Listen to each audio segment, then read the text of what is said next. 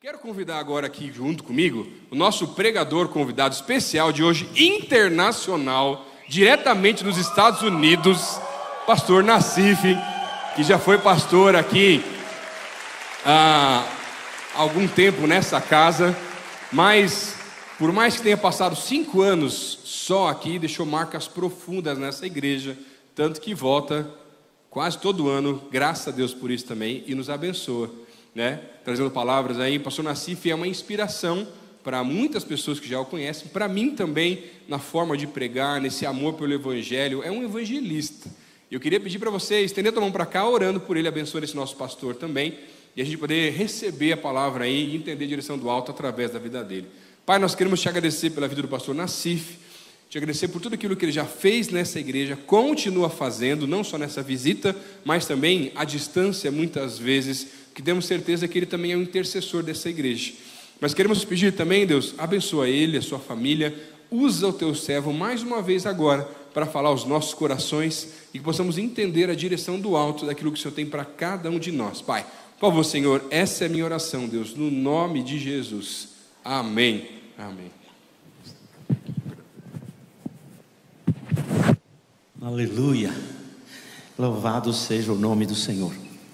Eu gosto muito de estar aqui, mas ao mesmo tempo é o lugar que eu mais tenho medo de pregar, é nessa igreja. É sério.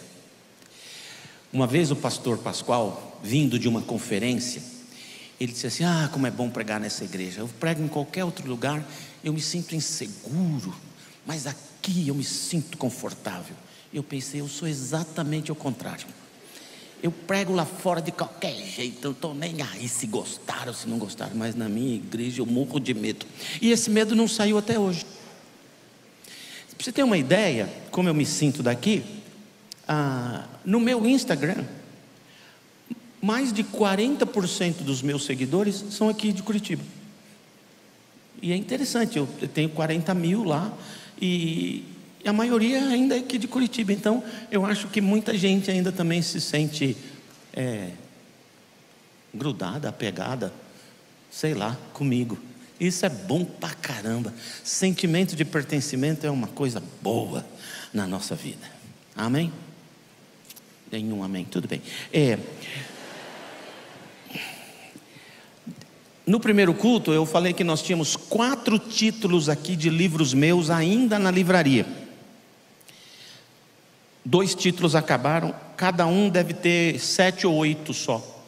E tem uma interessante, esse livro aqui, Casas que Jesus Entrou, Jesus entrou em 11 casas no Novo Testamento. Cada casa que ele entrou, ele impactou e transformou a vida daquelas pessoas. E eu escrevi esse livro pensando em quem não gosta de ler. Por quê? As páginas são em branco? Não, é porque cada capítulo é uma história independente. Então, se você não gosta de ler, compra o livro e lê um capítulo, qualquer um, porque nem é em sequência. Aí você fala, li um livro inteiro, 5 páginas, mas era um livro inteiro. E aí você vai, quem sabe você acostuma. E você vai ver todas as casas que Jesus entrou, o reboliço que ele aprontou, as transformações, as curas e salvação, a transformação de vidas. E esse é um livro inspiracional para você, se ele entrar lá em casa. Esse livro aqui é a história do meu filho, que já faz 5 anos, em maio, vai fazer 6, que ele foi morar no céu, e parece que foi há 5 minutos. E eu escrevi esse livro falando dele. Rafa tinha síndrome de Down, e ele era o cara, ele sabia viver, ele era especialíssimo, amigo de todo mundo. Ele tinha tanta amizade que no culto fúnebre dele tinha 1.500 pessoas e 35 mil online num culto fúnebre. Era o Rafa. Era interessante ele tinha um estilo de vida que era só dele. Ele me chamava Palinho e levantava o dedo para falar comigo. Você falava, Palinho. E aí um dia eu passei na porta do banheiro, ele estava sentadão lá. Eu falei, filho, quer ajuda? Ele, Palinho, cada um cuida do seu traseiro. Aí eu peguei essa frase e escrevi uma história em cima. Não se mete na vida dos outros, você não foi convidado, não, né? E eu colecionei 10 ou 12, 13 frases dele, e cada frase eu contei uma história para você se divertir, porque ele foi uma bênção na nossa vida. Esse livro só tem aqui na PIB, não tem em nenhum lugar mais do mundo. 2 edições nos Estados Unidos, 2 ou 3 edições aqui. Esse livro vendeu pra caramba. Agora esse livro está andando, ele, além de português, ele está em inglês, espanhol, francês, italiano e está sendo traduzido para o suíço-alemão. Esse livro está indo, só que não tem mais no Brasil. E eu também não tenho mais dinheiro para mandar imprimir, então acabou. E os que sobraram, sobraram na livraria. O Brasil inteiro comprou meus livros, menos o povo de Curitiba, sobrou. Então tem alguns lá, se você puder comprar, acaba com os livros lá, tá bom? Então sobraram só esses daqui, os outros títulos também esgotaram hoje. No primeiro culto o pessoal levou tudo que tinha lá, estará à sua disposição. A livreira disse que esses 2 aqui parece que já estão encomendados, então não vem pegar comigo, porque a menina da livraria vai levar lá, porque ela já tem a quem entregar. O que sobrou, sobrou. Se você deseja ter destes livros, ora para mim. O Rafa, meu filho, ele tinha um grande desejo. Ele tinha o desejo de ser rico, de ser famoso. Rafa sempre quis ser famoso. E eu sempre quis ser rico. Então, se podia comprar os livros do Rafa para ele ficar famoso.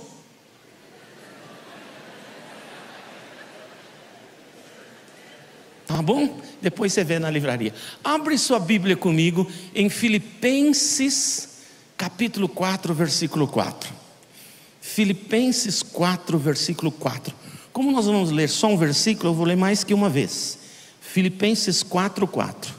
Quem não achou, o telão vai ajudar você a ler. Amém? Todos lá? Filipenses é um livro que existe na maioria das Bíblias. Se você se esforçar, pode encontrá-lo lá. Mas se tiver difícil agora, porque ele gruda as páginas com os outros livros, você vê no telão. Filipenses 4, 4. Diz assim a Bíblia, a palavra de Deus: alegrem-se sempre no Senhor. Novamente direi, alegrem-se. Alegrem-se sempre no Senhor. Novamente direi, alegrem-se. Alegrem-se sempre no Senhor. Novamente direi, alegrem-se. Aleluia. Glória a Deus. É a palavra. É a palavra. É a palavra. Senhor Jesus, nós lemos a palavra e ela foi lida, e porque lida entrou na nossa cabeça. Mas agora Deus, a tua palavra dentro da minha cachola pode se misturar com as tranqueiras que estão aqui dentro, e quando pela minha boca sair, já não sair mais a tua palavra. Então Deus, por favor, vigia a minha mente e controla e dirige as minhas palavras, a fim de que, quando pela minha boca saírem, ainda serem sua palavra para atingir o coração de cada pessoa que está aqui. No nome bendito e forte de Jesus Cristo, amém, amém, amém. O apóstolo Paulo está dizendo para a gente assim: sejam alegres no Senhor, a fonte verdadeira de alegria. E não sejam alegres no Senhor de vez em quando, sempre. Sempre quer dizer em qualquer situação ou circunstância, em qualquer lugar ou tempo. Alegrem-se no Senhor. O apóstolo Paulo vai ensinar para nós, para mim e para você, que podemos ser alegres se. Podemos ser alegres se. Primeiro, antes de falar do si do Paulo, que são características da vida dele, que nós todos as podemos nutrir na nossa própria vida, eu quero falar do livro de Filipenses rapidinho, para você entender o contexto disso. O livro de Filipenses tem 3 características que me marcam muito, que chamam muito a minha atenção, que abrem, que arregalam os olhos do meu coração. Primeira característica do livro é que ele tem só 4 capítulos, e por 16 vezes o apóstolo Paulo fala em alegria. Ele escreve 4 capítulos e 16 vezes ele está falando de alegria. Eu estou alegre, eu me alegro, alegrem-se, alegria, alegria. 16 vezes em 4 capítulos. Esse cara deve estar no bem bom da vida dele.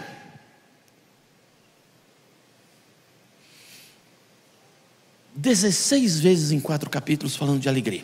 A segunda característica do livro de Filipenses é que daqui a pouco, amanhã ou depois de amanhã ou na semana que vem, ele será decapitado. Vão arrancar a cabeça dele do corpo. Literalmente, Paulo vai perder a cabeça. E como alguém, em nome de Jesus, que sabe que está condenado à decapitação, o veredito já foi dado, só estão aguardando o momento mais adequado para cortar a cabeça do cara. Como alguém, sabendo que o veredito foi dado e que é impossível trocar esse veredito, ele vai ser decapitado. Como? Ele pode falar tanto em alegria. E a terceira maravilha desse livro é que ele ainda tem tempo para dizer para nós quais são os ladrões da alegria. Cada capítulo ele destaca um dos ladrões da alegria. Vou falar mais ou menos rápido sobre isso. Primeiro capítulo de Filipenses, depois você vai estudar na sua casa. Ele vai dizer que o ladrão da alegria são as circunstâncias difíceis, os enfrentamentos duros, os transes agudos de nossa vida, aqueles momentos que causam tristeza, decepção, frustração, dor, espanto, medo. Circunstâncias difíceis podem roubar a nossa alegria.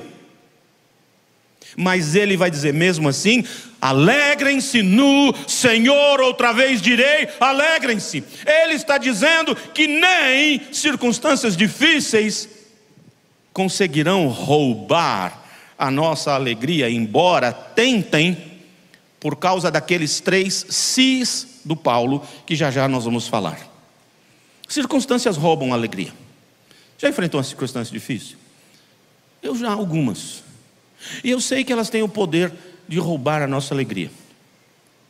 Vou contar uma circunstância muito difícil pela qual eu passei há poucos dias atrás. Eu estava na frente da televisão e vi um time chamado Croácia bater pênalti. Que horror, quanta tristeza. Como eles tentaram roubar a minha tristeza, a minha alegria.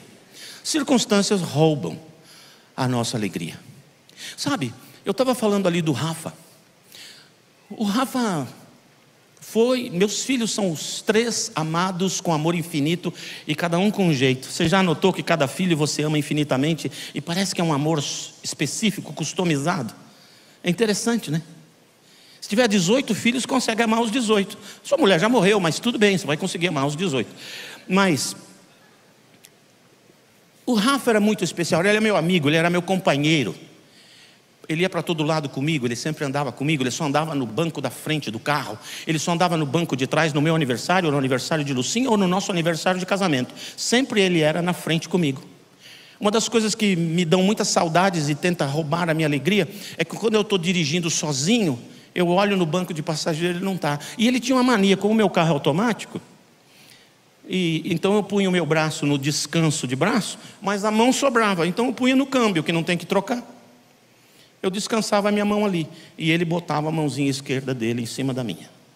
Todo o tempo. Quando eu precisava da mão, falava Rafa, ele tirava e eu manobrava. Quando endireitava o carro, ele botava a mãozinha dele lá. Dirigir sozinho é uma circunstância que tenta roubar a minha alegria. O cara era fera, o cara era uma joia, adorador, levita, cantava o dia inteiro. Ele tinha, sem brincadeira, acho que mais de 1000 CDs de músicas, a maioria de mulheres cantoras pentecostais reteté. Ele não sabia ler, mas ele sabia qual música estava em cada faixa de qualquer um dos CDs que ele tinha. Ele passava o dia cantando. Era um barato, mas um dia ele ficou doente, precisou ir para o hospital, uma cirurgia. E no dia que ele ia até alta, o médico passou de manhã para vê-lo. Nós estávamos no quarto com ele e ele disse Paulinho, Paulinho, e pediu ajuda. Eu corri para o lado dele e falei, que foi meu filho, que foi? Ele não falava o que era, mas ele falava, me ajuda, me ajuda. E o médico entrou. E eu virei para o médico e falei, doutor, alguma coisa está errada, pelo amor de Deus, nos ajude. E eu fui para mais perto da cama, ele agarrou as minhas mãos com as mãos dele e gritava, Paulinho, eu estou com medo, me ajuda, me ajuda. E perdeu a voz. E ele começou a socar meu peito com toda a força, porque falar não podia, e ele achando que me socando eu poderia socorrê-lo, mas ele parou nas minhas mãos. O grito que minha esposa deu, que eu dei, o alarme interno do hospital foi acionado, os socorristas entraram, ele precisou ser entubado, ele estava tendo um embolismo, mas eu não sou médico, eu não sabia o que era. Depois precisou de uma autorização para tirar o coágulo do pulmão. Um médico me chamou e disse: nós temos uma chance de arrancar esses coágulos de dentro. A gente enfia um caninho nele e chupa isso de dentro dos pulmões, e do lado esquerdo do coração dele que tem um coágulo lá. Eu falei: vamos fazer. Ele falou: mas a gente precisa te dizer que tem 95% de risco. Eu falei: doutor, eu não sei o que eu faço então. O médico me disse: se fosse meu filho eu faria, ele só tem 5% de chance, eu tentaria. Eu falei: faz sentido, eu autorizo. No procedimento ele parou algumas vezes, uma delas por mais de meia hora. Isso tinha detonado o cérebro dele, mas a gente não sabia ainda.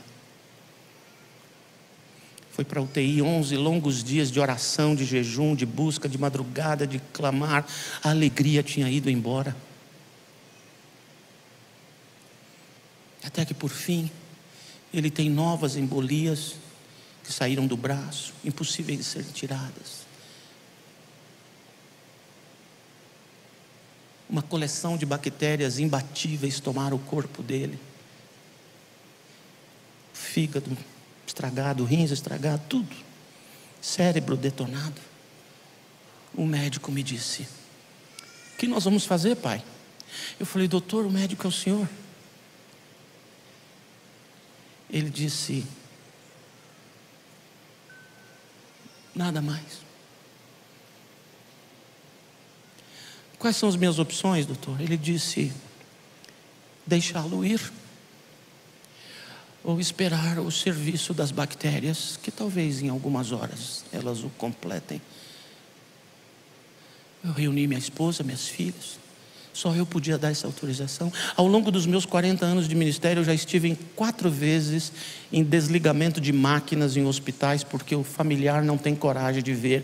E os hospitais nos Estados Unidos pedem uma testemunha, e eu ficava lá esperando as máquinas serem desligadas. E toda aquela fiação e tranqueira sendo arrancada dos corpos. Eu imaginava: para o que será, Deus, você está me preparando? Quando chegou o dia do meu filho, eu falei: Deus, treinamento não valeu de nada.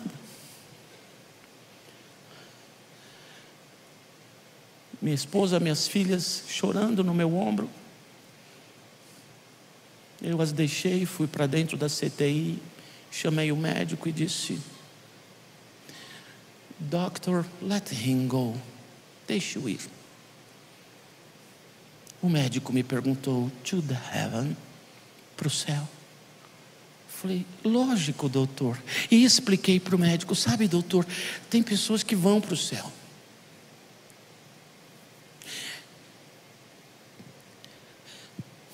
Tem pessoas que voltam para o céu. Meu filho está voltando. E eu fiquei com ele até o último, se pode dizer, suspiro. Circunstâncias roubam a sua alegria, mas a Bíblia Sagrada disse: alegrem-se no Senhor. Outra vez te direi: alegrem-se. Mesmo diante das mais difíceis circunstâncias, você poderá ser feliz outra vez. Como ele cantava muito, eu ia para as igrejas e eu não tinha coragem de cantar. Se eu cantasse, minha boca doía, então eu só cantava mentalmente.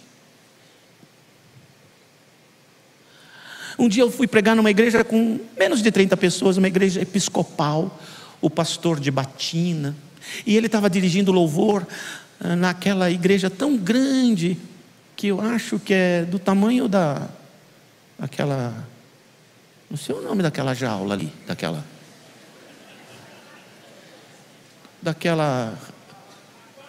Aquário. É, mais bonito um peixinho do que um bichinho. Aí eu fui na igreja e eu que ia pregar. E ele estava dirigindo louvor e o povo não cantou. Ele disse: espera aí, vocês não estão cantando por quê? Nós estamos louvando o nosso Salvador Jesus, que morreu na cruz, derramou o sangue dele, pagou pelo seu pecado. Tu está indo para o céu e não está cantando, por quê? Ele disse, desse jeito. E ele ainda completou: se você não cantar, Deus vai continuar sendo o mesmo Deus. Quem está perdendo é você. Nessa hora minha esposa me cutucou e disse: amor, você entendeu o que é que desenha? Eu falei: entendi. Aí voltei a cantar. Eu sei o que é uma circunstância. Eu sei o poder que uma circunstância dura tem de roubar a sua alegria. Mas eu quero te dizer o que a Bíblia manda te dizer: porquanto no imperativo está: alegrem-se no Senhor. Outra vez lhe direi: alegrem-se. Segundo ladrão da alegria está no 2º capítulo. Primeiro são circunstâncias. Segundo ladrão da alegria são pessoas. Pessoas têm o poder de roubar a nossa alegria. Você já notou? Você está feliz, chega alguém, rouba a sua alegria, não é? Você já notou que tem pessoas que têm poder de roubar a sua alegria? Deixa eu te dar uma notícia: você também tem poder de roubar a alegria dos outros quando você chega. Quando eu vejo certos rostos na televisão, rouba a minha alegria. Nas redes sociais então só aparece o rosto que rouba a minha alegria. Toda hora, 20 vezes. Pessoas roubam a nossa alegria. O terceiro ladrão da alegria está no 3º capítulo. São coisas. Coisas têm o poder de roubar a nossa alegria. Você já notou como frequentemente você ama muito coisas e não muito pessoas? Coisas roubam a nossa alegria. Você comprou aquela blusinha, né? Pagou em 18 vezes, não usou até terminar de pagar, porque tem um dia especial que você vai usar, e descobriu que o dia era hoje, mas sua irmãzinha mais nova usou semana passada e nem lavou. Rouba a sua alegria. Rouba a sua alegria quando você abre a gaveta esperando encontrar uma coisa que não está lá. Rouba. Coisas roubam a sua alegria. Teve um tempo lá que meu neto estava mexendo no meu tablet, que não tem nada a ver com coisa moderna. Você sabe que existem coisas que são criadas e coisas que são inovadas. Por exemplo, criou-se a roda, inovou-se as rodas. Tablet foi criação da Idade da Pedra, onde eles escreviam em tablets de barro. Só mudaram um pouco, mas chama tablet ainda. Tábua. O meu neto estava mexendo na minha tábua e caiu no chão a tal da tábua. E quando caiu no chão, ele já começou a gritar: foi sem querer. Eu falei: calma, que isso? Vamos ver primeiro se quebrou. Se não quebrou, como a gente diz lá em casa, that's okay. Agora, se quebrou, o vô vai comprar um novo. Nisso minha filha estava passando. Eu disse: pai, eu não posso aceitar uma coisa dessa.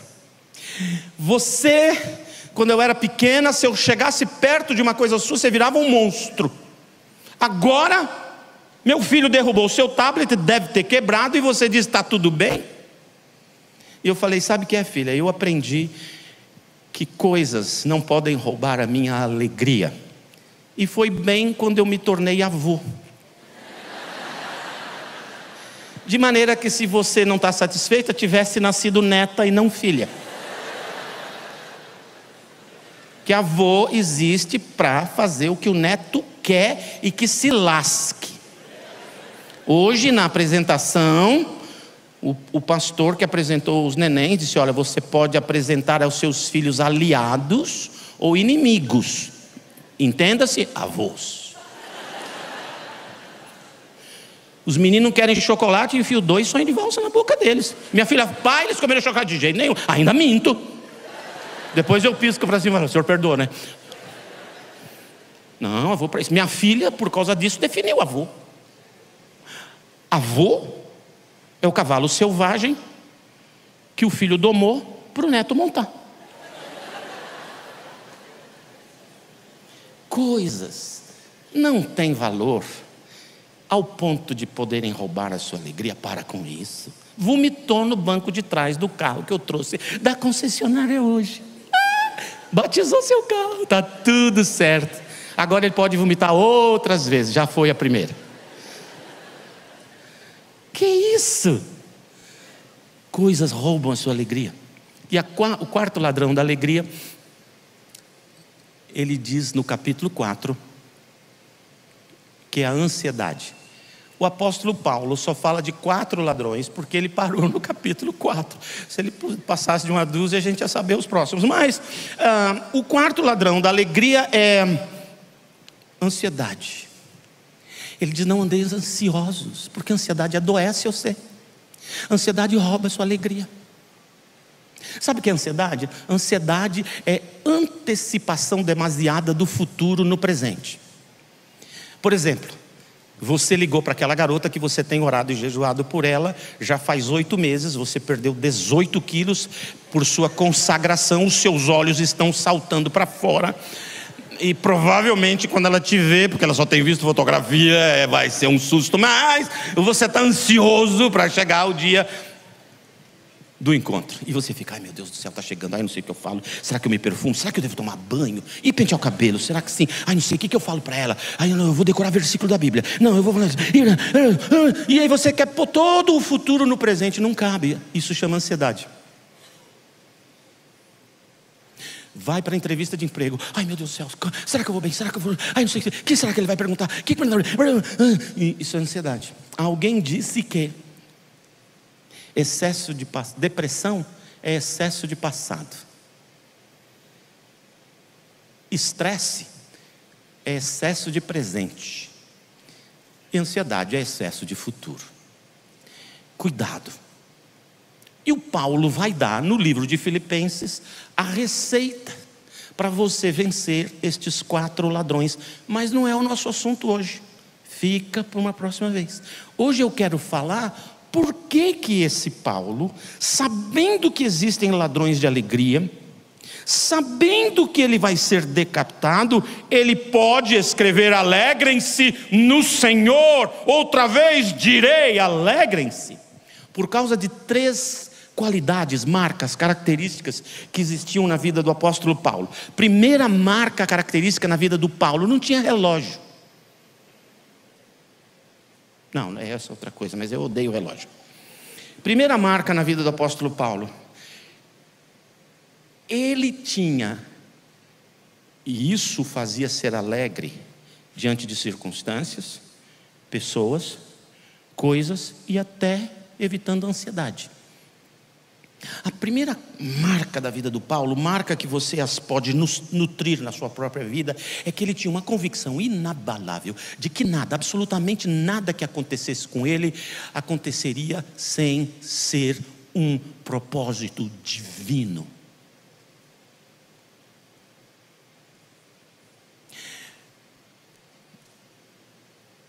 Ninguém consegue falar amém nessa hora, é assim mesmo. Eu vou dizer de outras maneiras. Tudo o que aconteceu com ele, tudo e qualquer coisa que passou com ele, ele foi chicoteado, ele foi apedrejado, ele foi apanhado, quer dizer, apanharam ele, bateram nele, é assim que fala. Eles bateram no cara, eles jogaram o cara em prisões algumas vezes, chicotearam as costas do cara, acorrentaram o cara, fizeram de tudo com o cara, bandido correu atrás, autoridades correram atrás. Tudo aconteceu com esse cara, ele enfrentou naufrágios, foi uma confusão, e ele disse: tudo que passou comigo foi propósito de Deus. Por isso essas coisas não roubam minha alegria. Mas pastor, você acabou de contar que seu filho morreu. Propósito de Deus. Eu ainda não sei todo. Tem coisas que você não vai saber exatamente tudo que Deus queria por ter permitido que aquilo lhe acontecesse. E esse papo de vontade ativa de Deus e vontade permissiva de Deus, eu tenho um pouco de complicação de entender. Porque se Ele permitiu, foi vontade dEle permitir, então foi vontade dEle.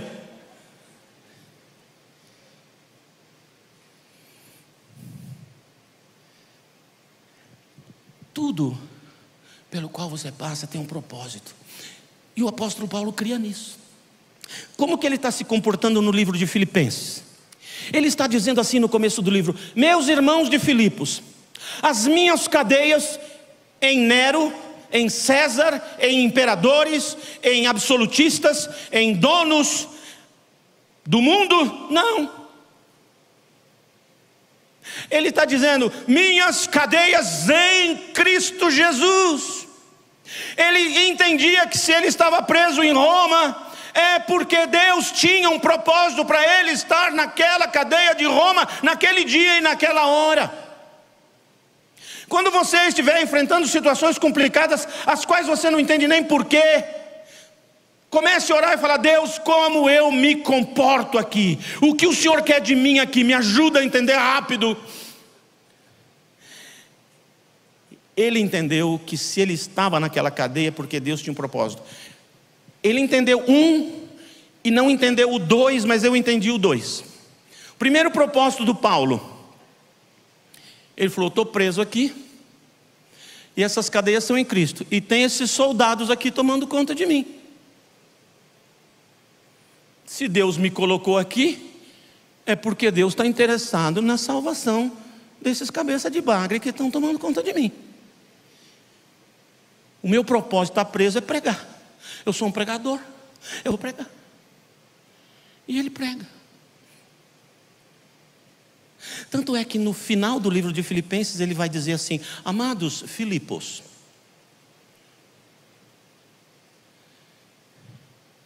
Filipenses, família de Filipão, amados Filipos, a igreja que se reúne na casa do imperador vos saúda. Ele foi preso porque ele era plantador do evangelho, da igreja. Ele foi preso porque era pregador do evangelho. Ele foi preso pelo imperador romano, que queria impedi-lo de seguir plantando igrejas, porquanto o Deus de Roma não era o Deus de Paulo.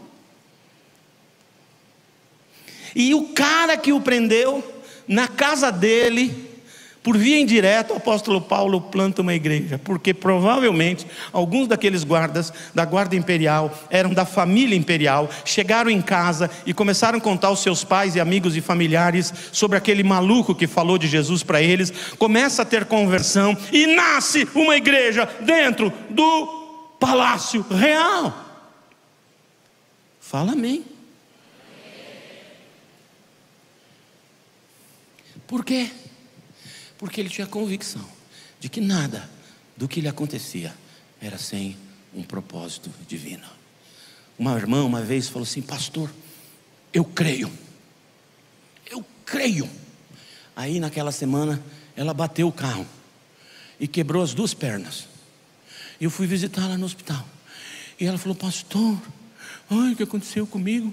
Eu me dediquei ao Senhor, e um cara do outro lado estava bêbado e bateu de frente, eu quebrei as duas pernas. Faz 2 semanas que eu estou nesse hospital, pastor. Eu falei: peraí, você não ouviu isso para mim, que crê que tudo que vai acontecer é propósito de Deus? Você já pregou para os enfermeiros? Deus precisava de uma missionária no hospital, trouxe você. Ela olhou para mim e falou assim: o senhor é pastor ou bruxo? Falei: irmã, para com isso. Nada do que vai te acontecer daqui para frente é sem um propósito divino. Amém ou não amém? Creia nisso e pergunte para Deus o que o senhor quer. Eu vou te contar isso, que eu não gosto de contar, mas eu acho que eu preciso.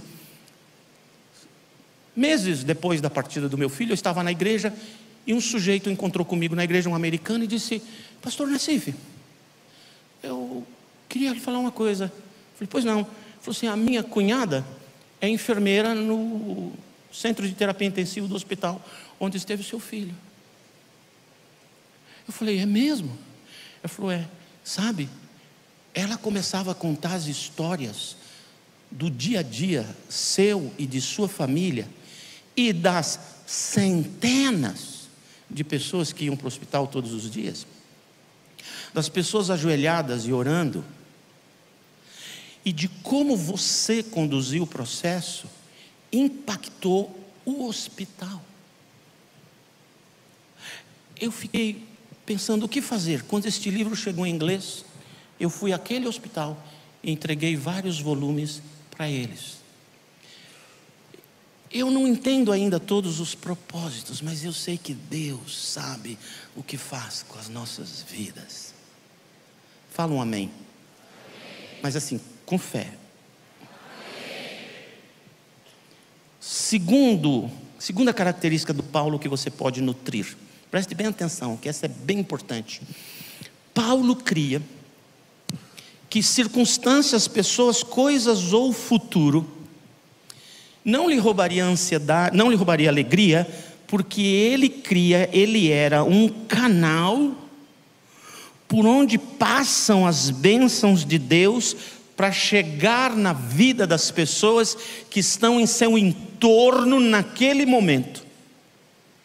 Naquele momento da cadeia eram aqueles 4. Ele era o canal por onde a bênção de Deus passaria. Então ele começa a ser bênção para aquelas pessoas. Ele entendeu que ele era um canal por onde passam as bênçãos de Deus para chegarem às pessoas que vivem em volta de você, onde você mora, onde você trabalha, onde você vai na escola, alguns estudam, lá onde você tem seu lazer, na rua que você caminha, no mercado que você vai, no restaurante que você frequenta, no estádio de futebol que você vai, onde quer que você esteja, você é ali um canal por onde as bênçãos de Deus têm que passar e atingir as pessoas que estão em seu entorno. Outro dia o Paulo e o Silas estavam na cadeia. Eles estavam fazendo um trabalho de evangelismo maravilhoso. Tinha uma dona possuída de demônio, que eles tiraram o demônio da dona, ela ficou liberta. Em vez da cidade gostar, bateram neles, prenderam, e amanhã eles vão ser decapitados os 2. As costas arrebentadas das chicotadas, mãos e pés atados no porão de uma cadeia de pedra fétida, gelada. Paulo virou para o Silas e disse assim: e aí, não tem nada que fazer, nós 2 nessa cela, eu já preguei para você, você já é crente. Agora nós 2 é crente, onde tem 2 ou 3 vira culto, vamos cantar? Melhor cantar do que chorar. Circunstâncias podem roubar a nossa alegria, mas tudo o que nos acontece foi Deus que deixou. Ele tem um propósito. Está vendo algum outro propósito se não louvar? Falou, então toca louvar. Tira aquela lá, aquele corinho. Glória para sempre. Do meu tempo, o Cordeiro de Deus. Mas eu não sei cantar, não vou cantar. E aí, só Deus aprecia o meu canto. Mesmo assim, porque os anjos traduzem tudo. Então eles estavam cantando. No meio da cantoria tem um terremoto. Você já viu? Eu gosto de alguns irmãos que eu tenho, que são católicos, já crentes em Jesus e tudo, mas eles vão na igreja deles e tudo. E eles têm uma frase que eu gosto muito. De vez em quando um deles fala assim para mim: ai pastor, quanto mais a gente reza, mais assombração parece.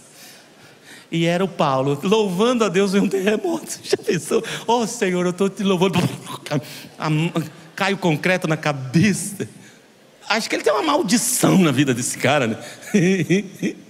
Mas quando tem aquilo, as cadeias também rebentam, as portas se escancaram. O carcereiro fala: pelo amor de Deus, todo mundo fugiu, vou me matar. Fala: não, está todo mundo aqui. E naquela noite o carcereiro e a família dele toda é batizada. Ele devia ter uma jacuzzi na casa dele, ou foi de canequinha, um dos 2. Mas como eu estou numa igreja batista, certamente ele tinha uma jacuzzi. Outro dia eu fui pregar na igreja do Geré, 8ª presbiteriana, e tinha uma caneca de água dessa altura do lado. Acabou o culto, eu virei a caneca. Aí o pastor foi dar os avisos finais e disse assim: entre os avisos nós estamos adiando o batismo de hoje para domingo que vem, que o pastor Nassif bebeu o batistério todo.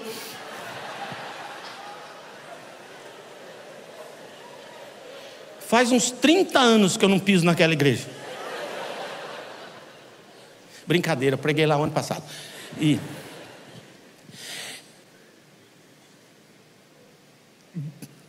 instrumento, canal, por onde passam as bênçãos. Mesmo quando você não sabe que vai abençoar, Deus te usa.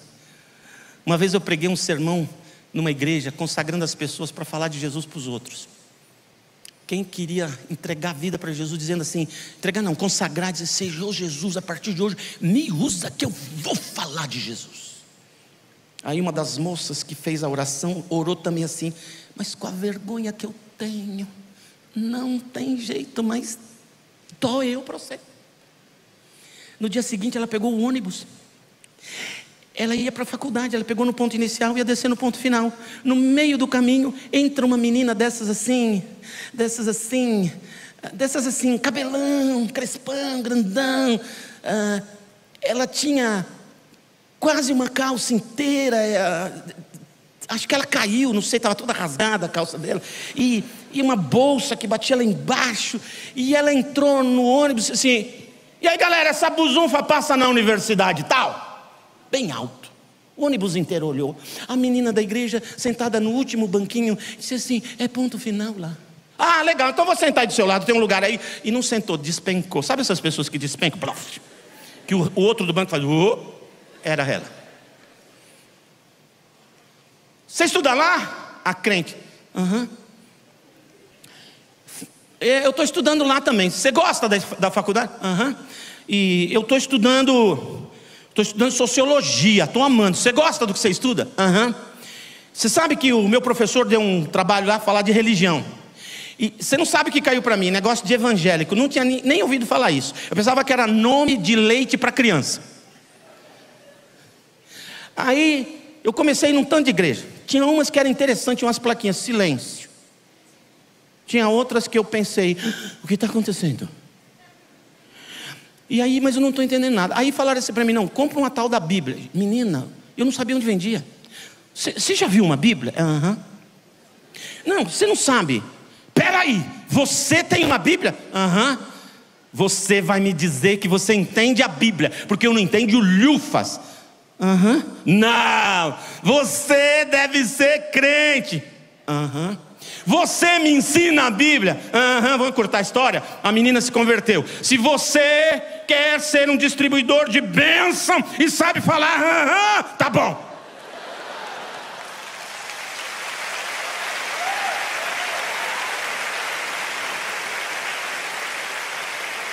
Agora, de vez em quando o cano entope e a bênção não passa. Quando o cano entope? Quando você, por causa das circunstâncias, briga com Deus, xinga o vizinho, acusa as pessoas, se auto-vitimiza, ninguém aguenta.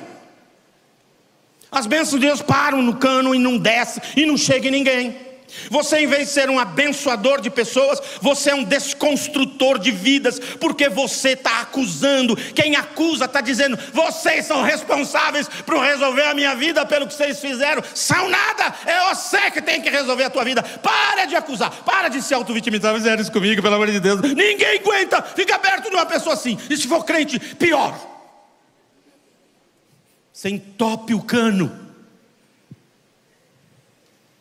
Mas se você, pela fé, falar, amém, Senhor, eu não estou entendendo nada, está doendo pra caramba, mas louvado seja o teu nome, o cano desentope e as bênçãos descem e atingirão as pessoas, amém? Terceiro e último, não fique feliz, preciso 48 minutos para o último. Última característica do apóstolo Paulo que você também as pode nutrir é, primeiro, nada do que me acontece é sem um propósito divino, e isto não vai roubar minha alegria, mesmo que esteja doendo. Pela fé nele me alegrarei, serei grato mesmo sem entender o que está acontecendo agora. E eu quero ser um cano desentupido e largo e grande, gordo, não muito gordo, para passar as bênçãos para todo mundo que está perto de mim. E a terceira é, Paulo, na minha opinião, tinha uma convicção inabalável de que ele era um instrumento nas mãos de Deus para mudar o futuro das pessoas que perto dele estavam naquele momento. Vou repetir. E se você tiver coragem, você diz um amém para animar o pregador. Paulo cria que ele era um instrumento de Deus, de mudar o futuro das pessoas que estavam em volta dele naquele momento. Obrigado. Deixa eu mostrar antes do Paulo. Eu vou falar primeiro do Paulo. Aquele cara no cárcere, o carcereiro, a família deles, os caras estavam destinados ao inferno. Mas por causa do apóstolo Paulo, e nesse caso do Silas, saíram do futuro no inferno para o futuro no céu. E sabe, essa mudança de futuro da pessoa para a eternidade reflete na mudança de vida da pessoa aqui e agora. Tinha uma menininha, o nome dela não tem. Ela era judia, 13 anos, 12, 14, não sei. Um dia Naamã, chefe do exército do rei da Síria, numa guerra contra Israel, ganha uma guerra importante e leva escravos para a Síria. Dentre elas, levou uma garota de 12 ou 13 anos para ser escrava da sua esposa.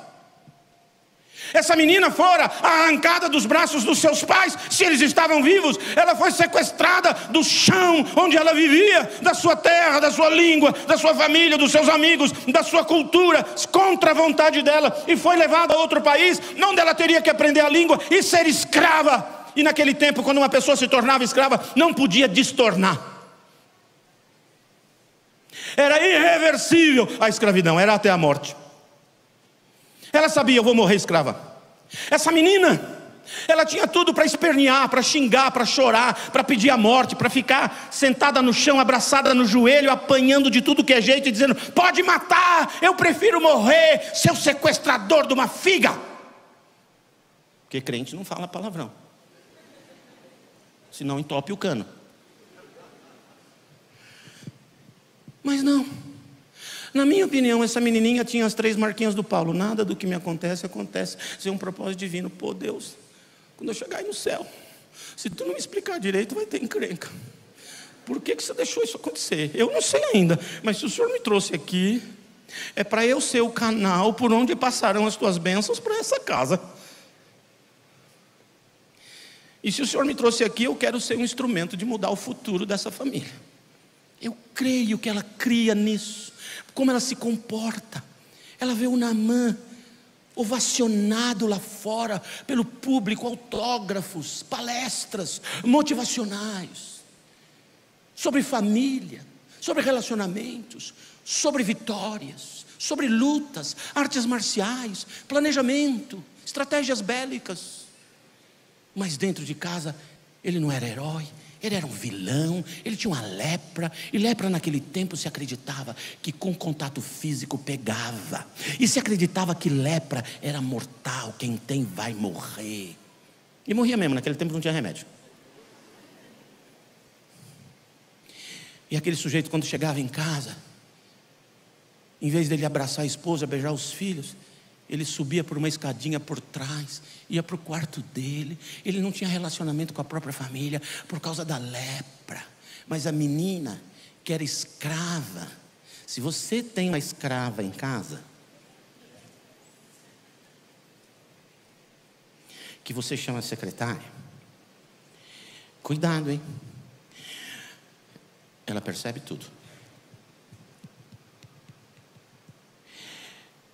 Ela percebeu a dor daquela família. Mas como ela era uma menina crente,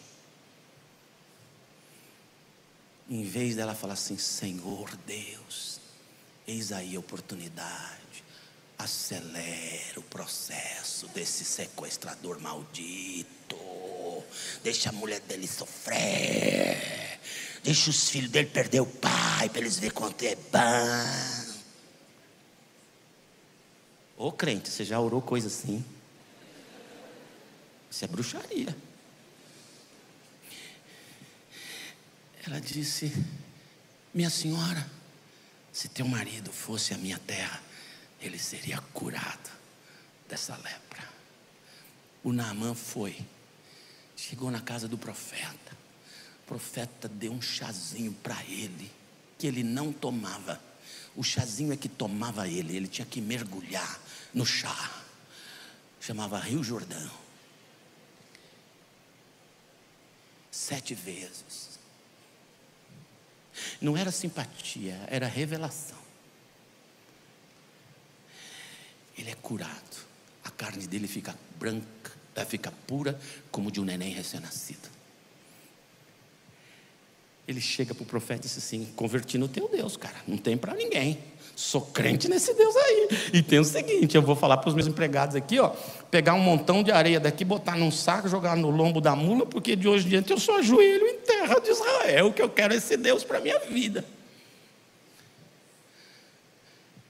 Aquela menina que tinha tudo para se negar, ela disse: o Senhor me trouxe, está doendo, não sei tudo, mas eu sou um canal por onde a tua bênção passa, então já mandei a bênção para ele. E ela foi um instrumento de mudar o futuro daquele homem. Você pode imaginar aquele comandante do exército total, de todas as forças armadas da Síria, ele chegando no campus do exército, subindo num caixote e gritando: descansar! Tenho um depoimento para dar aos meus soldados. Quero lhes dizer que eu me converti. Pode imaginar o impacto na vida daquele soldado.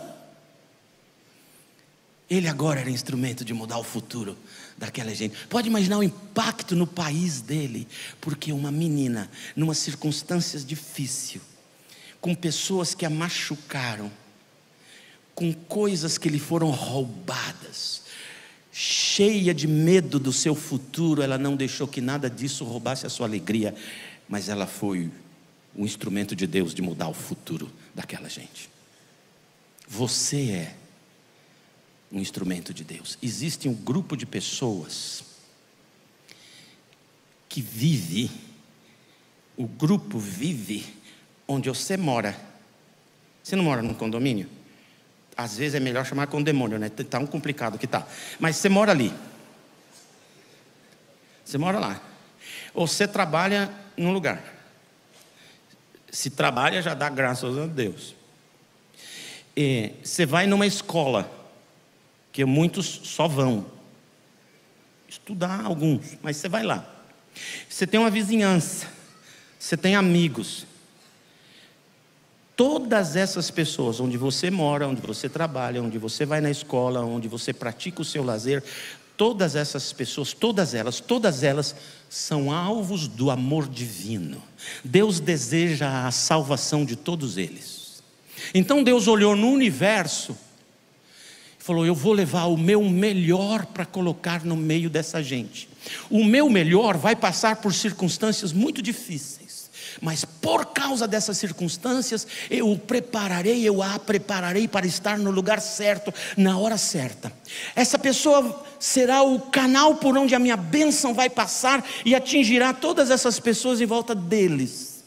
E eles se transformarão em meus instrumentos de mudar o futuro de toda essa gente. Deus foi para o universo, escolheu e encontrou você.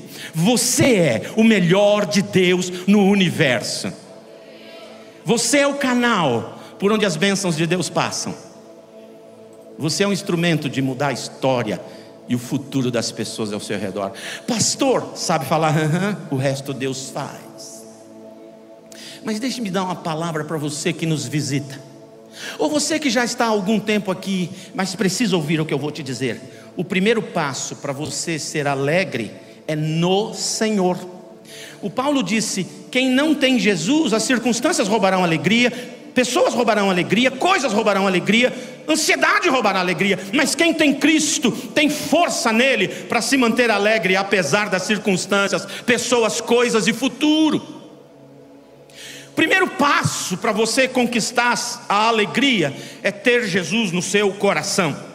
Mas só tem um jeito de ter Jesus no coração. A Bíblia Sagrada diz que quem crê com o coração e com a boca chamar Jesus, ele entrará. Agora Jesus, de tanto vir nessa igreja, ele já aprendeu Libras, de maneira que se você crer com o seu coração e com a sua mão, você chamar Jesus, ele entrará no seu coração. Só tem um jeito de Jesus entrar na sua vida, se você o chama. E por que você precisa chamá-lo? Por quatro verdades da Bíblia. Essa musiquinha está dizendo para mim para ir embora? Eu não entendi. 4 verdades da Bíblia. Primeira verdade: Deus te ama e tem um plano maravilhoso para você. Deus te ama e tem... Como assim? Você acabou de falar que eu posso passar por circunstâncias difíceis. O plano dele é que ele estará com você no enfrentamento vitorioso de qualquer circunstância dura. Ele te ama e tem um plano maravilhoso para a sua vida. Segundo, o amor e o plano de Deus não pode alcançar você por causa dessa segunda verdade da Bíblia. A Bíblia diz: o seu pecado faz separação entre você e Deus. O teu pecado impede que o amor e o plano de Deus alcance a sua vida. O que eu faço? Nada, porque não há nada que você possa fazer, nem religião. Mas aí vem a terceira verdade da Bíblia Sagrada.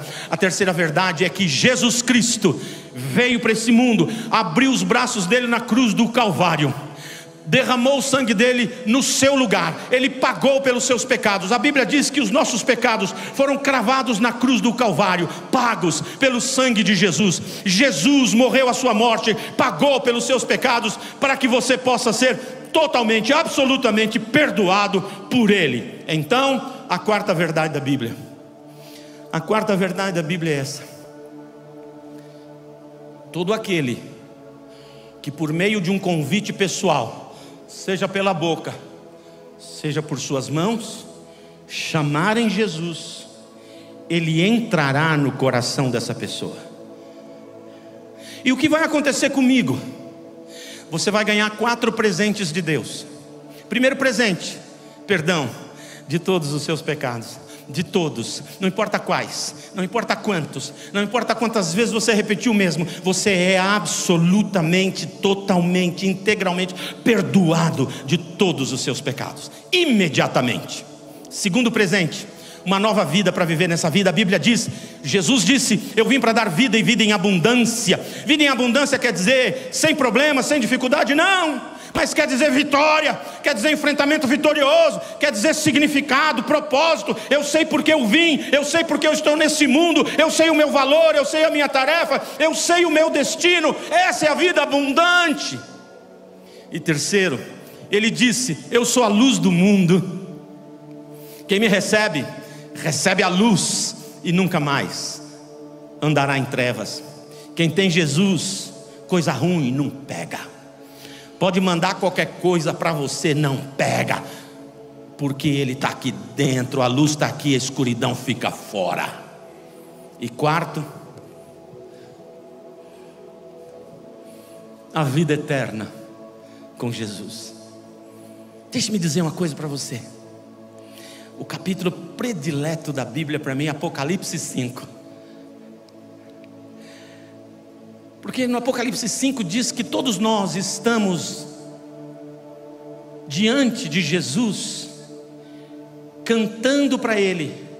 A Bíblia diz que eu farei parte do grande coral que louva a Deus. Imagina, eu não sei cantar, lá eu saberei.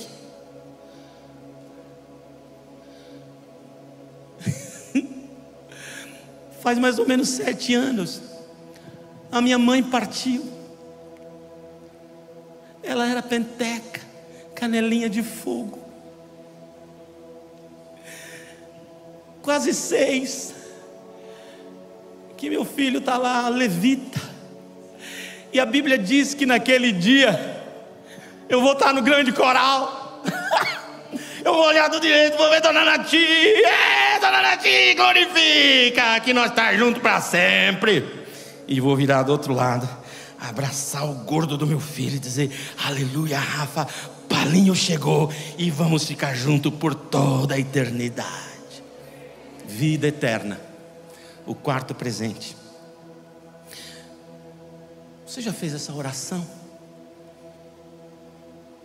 Você já fez uma oração assim: Deus, eu sou pecador, mas eu creio que Jesus morreu na cruz por mim. Eu te peço, entra no meu coração, eu quero te receber aqui. Entra, torne-se o dono de minha vida, o meu Salvador. Sabe o que vai acontecer? Ele entra na hora e te dá aqueles 4 presentes. Então, se você nunca fez essa oração, com a boca ou com as mãos, eu vou falar a oração bem devagar, e você vai repetir a oração, não por causa da oração, mas a fé que você vai pôr em Deus. Faz das minhas palavras as suas palavras para Ele agora. A oração vai ser simples. Senhor, eu estou abrindo a porta, entra.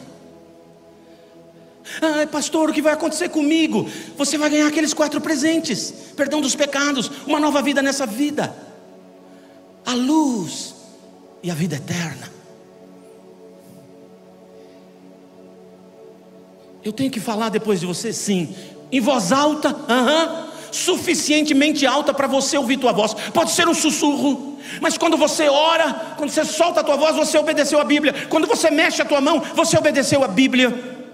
Quando você ora, o inferno ouve e fica derrotado para sempre na tua vida. Quando você ora, o Espírito Santo entra dentro de você, carimba o teu coração para a eternidade e te dá esses presentes. Ou seja, mudará o teu futuro, começando de amanhã, por toda a eternidade. Então eu vou falar essa oração agora. E você que nunca fez, não importa que você tenha vindo aqui no culto, não importa que é a primeira vez, você vai repetir essa oração agora. Você vai dizer: Senhor Jesus, eu quero. Então feche os seus olhos. Igreja, interceda.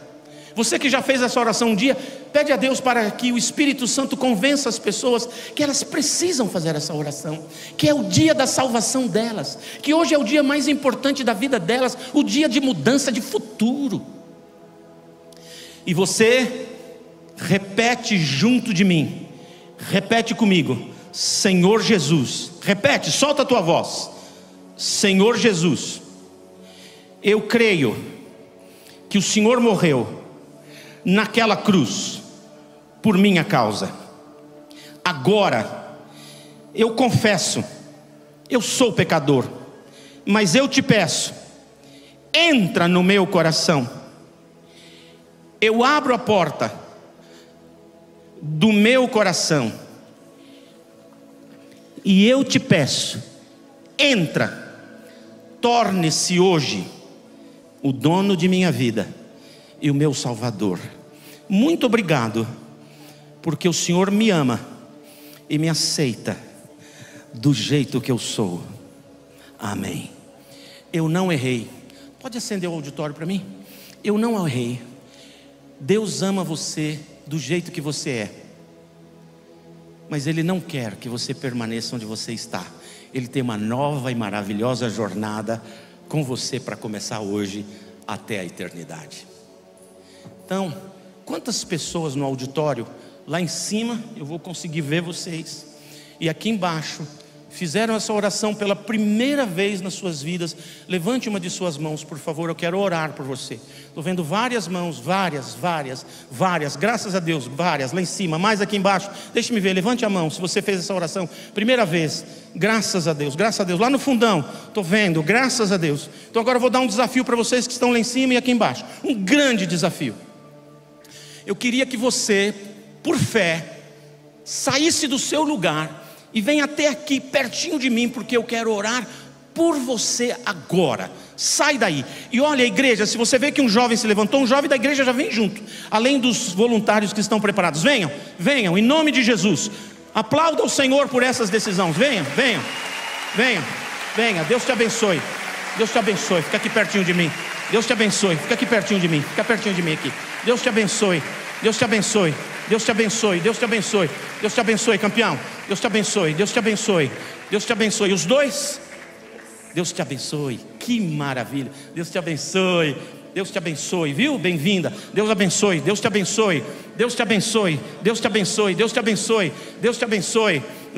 Aleluia, Deus te abençoe. Deus abençoe vocês. Deus te abençoe. Você vai entregar a sua vida para Jesus, para Ele morar no seu coração? Deus te abençoe. Você também? Deus te abençoe. Quem veio aqui? Você? Deus te abençoe. Deus te abençoe. Venha, venha, vem para frente. Vem para frente, venha, venha. Deus abençoe, Deus abençoe, Deus abençoe. Eu não vou conseguir ficar aqui para ver todo mundo. E agora? E agora? Eu vou subir de volta. Vou subir de volta. Vou atrapalhar vocês aqui outra vez. Venha, venha, Deus te abençoe. Fica aqui, fica aqui, fica aqui. Fica aqui. Aqui. Não tem um banco aqui para eu subir. Deixa eu falar uma coisa para vocês. Olha para mim. Tem mais gente vindo? Venha, venha, venha. Deixa eu falar uma coisa para você. Quando eu estava numa igreja, o pastor pregou um sermão que eu nem lembro mais, mas ele mandou cantar um hino que cantava 4 pedaços e um corinho no meio, e ele cantou 6 vezes, e ele falava, tem mais gente, e eu assim, acaba esse treco que eu quero ir embora. Sabe quem era o último? Eu. Então por isso eu vou esperar você descer. Jesus está te esperando, venha, venha, venha, não fique em dúvida, venha. Amém. Olha para mim, todo mundo aqui, por favor, todos vocês, tenta olhar para mim aqui. Eu estou com um problema. Eu esqueci de falar uma coisa importante para vocês, e eu não sei como resolver isso. Jesus só entra no coração de quem pede. Vocês pediram. Eu esqueci de dizer que agora ele nunca mais vai sair do seu coração.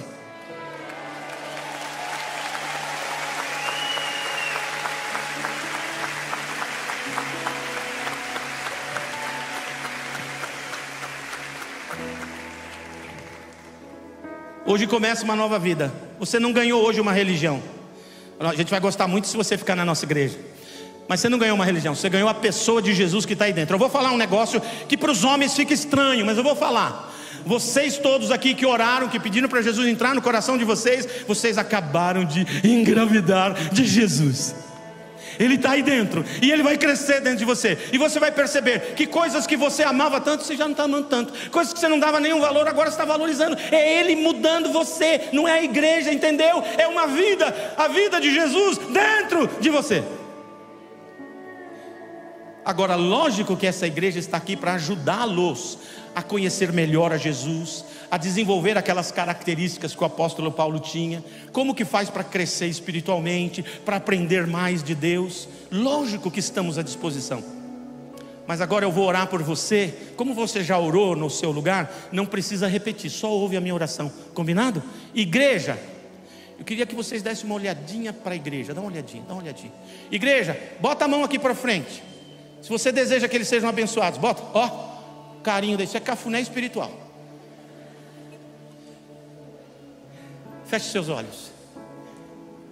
Teve surdo que fez oração? Não?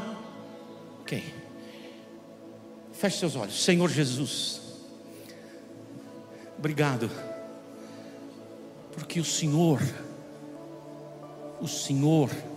trouxe essa gente aqui. Um amigo pode ter convidado, possa ter visto alguma coisa numa internet, sei lá. Foi o Senhor, foi o Senhor, foi o Senhor. O Senhor tem plano, projeto para cada uma destas vidas. Senhor Jesus, aquele sangue derramado na cruz, usa agora e lava e limpa e purifica de todo pecado, em nome de Jesus. Todo pecado. Senhor, se tem coisas aí dentro destas vidas, coisas que o passado trouxe, pessoas trouxeram, coisas colocaram, arrancaram e trouxeram dor, tristeza, dificuldade, frustração. Deus, em nome de Jesus, arranca do coração tudo que não presta de cada uma destas pessoas. E o Senhor, que conhece os sonhos destes corações, Jesus realiza-os todos, dá para eles sinais da sua presença na vida deles. E Jesus, acampa os teus anjos da guarda em volta de cada um deles, para guardar, proteger e livrar, em nome de Jesus. E em volta dos anjos da guarda, põe anjos de guerra, com espada nas mãos, para lutar por eles, no lugar deles, para a vitória, para a bênção e para a alegria de cada um deles. E Jesus, quando eles entrarem lá em casa, na casa deles, o Senhor está entrando, então vai abençoando a casa deles. Tua palavra diz, crê no Senhor Jesus Cristo e serás salvo, tu e a tua casa. Começa uma obra maravilhosa de transformação do futuro hoje, na vida de cada um deles. E Deus, eu te peço, escreve o nome de cada um deles no livro da vida, em nome de Jesus. Amém e amém. Aleluia! Glória a Deus, que dia maravilhoso. Esse é o dia mais importante da sua vida. Olha, eles vão para algum canto? Alguém me fala, eles vão para algum canto ou eles são atendidos aqui? Pessoal voluntário, alguém me fala? Pessoal da igreja, me fala. Eles vão para alguma sala ou ficam aqui? Os voluntários não têm nomes, a gente vai fazer um cadastro no /Jesus. A gente quer ter contato com vocês. Então não volta para o seu lugar enquanto alguém da igreja não fazer esse cadastro com você ali naquele QR Code, tá bom? Então o pessoal já está com o celular fazendo. Então fiquem aqui, a gente quer orar com você. A gente quer te apresentar as coisas de Deus, te explicar a Bíblia, fazer um discipulado com você. É esse o caminho, pastor. Amém, eu estou às suas ordens também aqui, tá? Se você quiser bater um papo, orar, eu fico mais um pouquinho. Deus te abençoe, uma honra estar com vocês. Até amanhã, nos 3 cultos. Deus abençoe. Amém. Tchau, tchau. Você pode se colocar em pé. Antes de encerrarmos esse culto, vamos cantar assim. Que o Senhor te abençoe e faça brilhar seu rosto em ti, que conceda sua graça e te dê paz. Que o Senhor te abençoe, que Ele faça brilhar seu rosto, que conceda sua graça e te dê paz.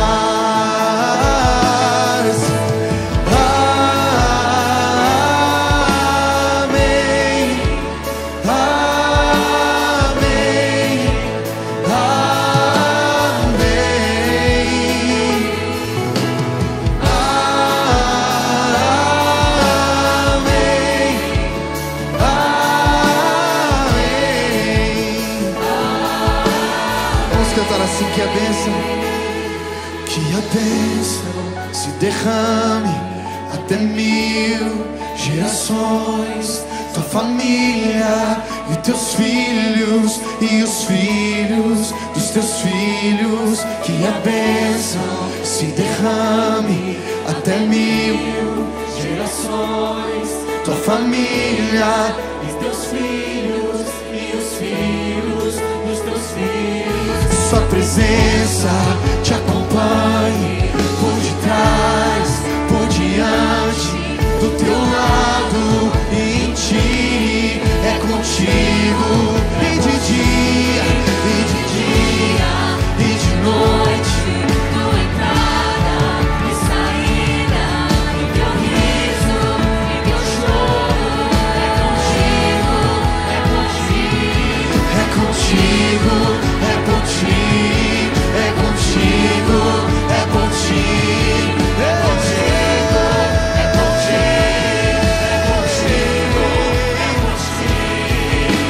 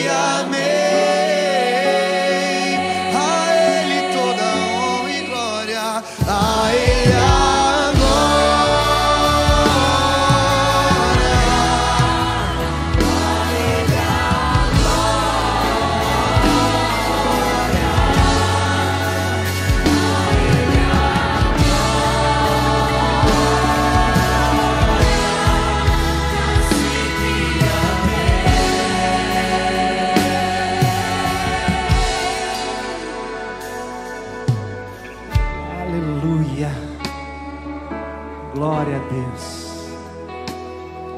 Existem coisas que a gente só vive na presença de Deus. Existem mudanças e transformações na nossa vida que só podem acontecer imersos na presença de Deus. Hoje Deus nos visitou. Nesse ajuntamento Deus nos visitou. Deus nos visitou.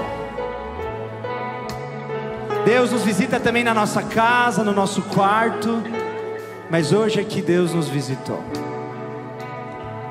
Eu quero te convidar a viver mais momentos envolto nessa presença. Essa semana nós vamos ter a One Week. Se programe para estar aqui no feriado do Carnaval. Eu quero convidar você, cara. Consagra esses dias diante do Senhor, imersos nessa presença que vai te transformar. Cara, você precisa fazer parte disso. Vai lá no stand, faz sua inscrição. Se não tem dinheiro, vem falar comigo. Mas falar com você também, filho? Tá bom, fala com o Sami também. Deus é bom. Pastor Nassif é um homem de Deus. Te ri, chora, ri, chora, ri, chora. Quando você vê, você está rindo e chorando ao mesmo tempo.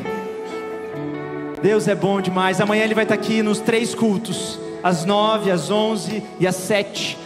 Então esteja aqui conosco. E eu quero orar agora pela sua vida. Senhor Jesus, obrigado.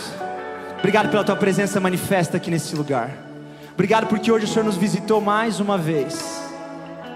Obrigado, Pai, obrigado. Obrigado, Deus.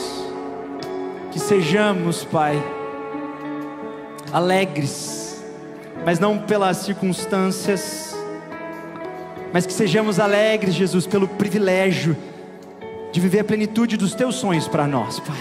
Que a gente possa transformar a vida daqueles que estão próximos de nós, Pai. E assim clamamos que o amor de Deus, o nosso Pai, a graça de nosso Senhor Jesus Cristo e as consolações do teu Espírito repousem sobre a tua igreja, aqui presente, espalhada pela face da terra, hoje e sempre. Assim clamamos em nome de Jesus. Amém.